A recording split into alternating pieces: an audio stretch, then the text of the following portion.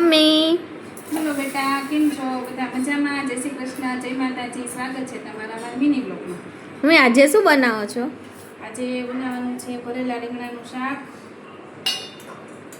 રોટલા. આ રીંગણા તળાજાથી લેવા ઈ જ છે ને? હા, તળાજાથી લાવ્યા તો બેટા. જો આમાં ગાંઠિયા ને સિંગનો ભૂકો થઈ ગયો છે. હળદર નાખી દીધી, હવે લસણ નાખી દેવાનું. પછી રૂટીન મસાલા આપણે મરચું, હળદર,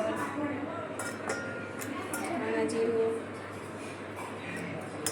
અને ચપટી હિંગ નાખી દેવાનું. પછી આમાંથી મીઠું લઈ લેવાનું, સ્વાદ પ્રમાણે મીઠું. પછી આપણે ખાંડ ઉપયોગમાં નથી લેતા, આપણે ગોળ નાખીશું થોડો.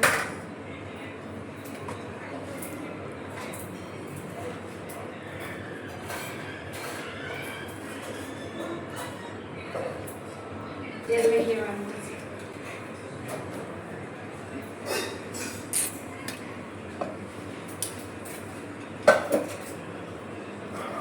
પછી થોડા ધાણા સુધારીને નાખી દેવા.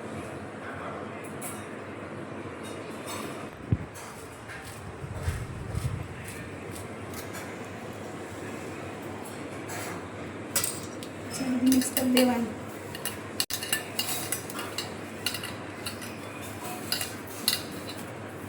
તને આ શાક તો ભાવશે? હા આજે તો ભાવશે, પણ રીંગણા નહીં, ખાલી બટેટા જ ભાવશે. બટેટા કાચી.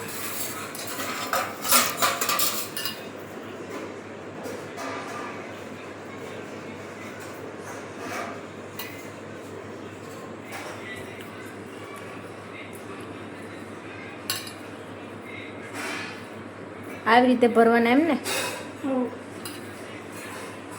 હવે તમારે શીખવાનું છે આસ્થાબેન બધું. હા શીખી જાશું, તમે શીખવાડી દેજો.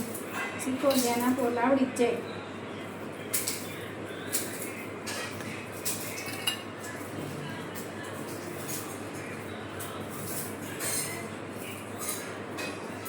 આપણે જો રીંગણા ભરાઈ ગયા છે, હવે આપણે એનો વઘાર કરવાનો.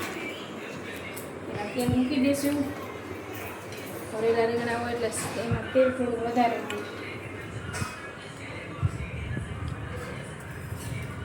આપણા ઘરમાં તો બધાને છે ને જોરદાર ને ચટાકેદાર ભાત. તેલ આવી જાય.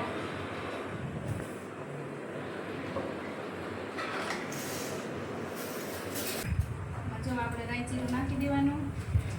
રાઈ જીરું આવી જાય એટલે પછી હિંગ નાખી દેવાય.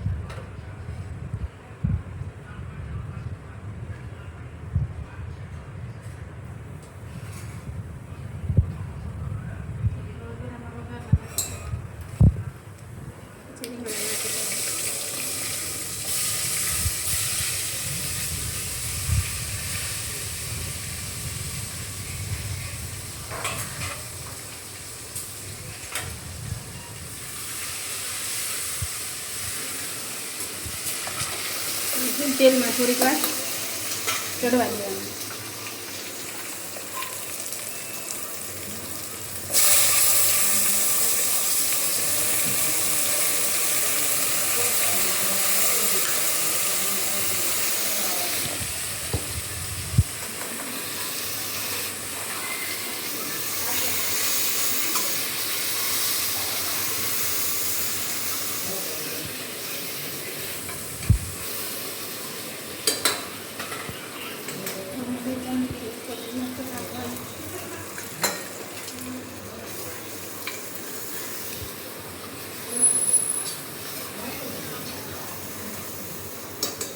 આપણા મસાલો વધ્યો હતો ને, મસાલો નાખી દઈશું.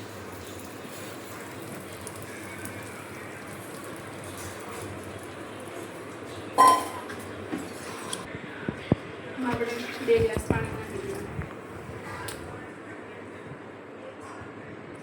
ચાલો, આખા રીંગણા શાક ને રોટલા બની ગયું હતું. આપણે જો અગાસીમાં આવી ગયા છે, ઠંડા વાતાવરણમાં આખું ફેમિલી આવી ગયા છે અગાસીમાં જમવા. ચાલો જમવા. ચાલો જમવા. હાલો જમવા. આવો તો હાલો.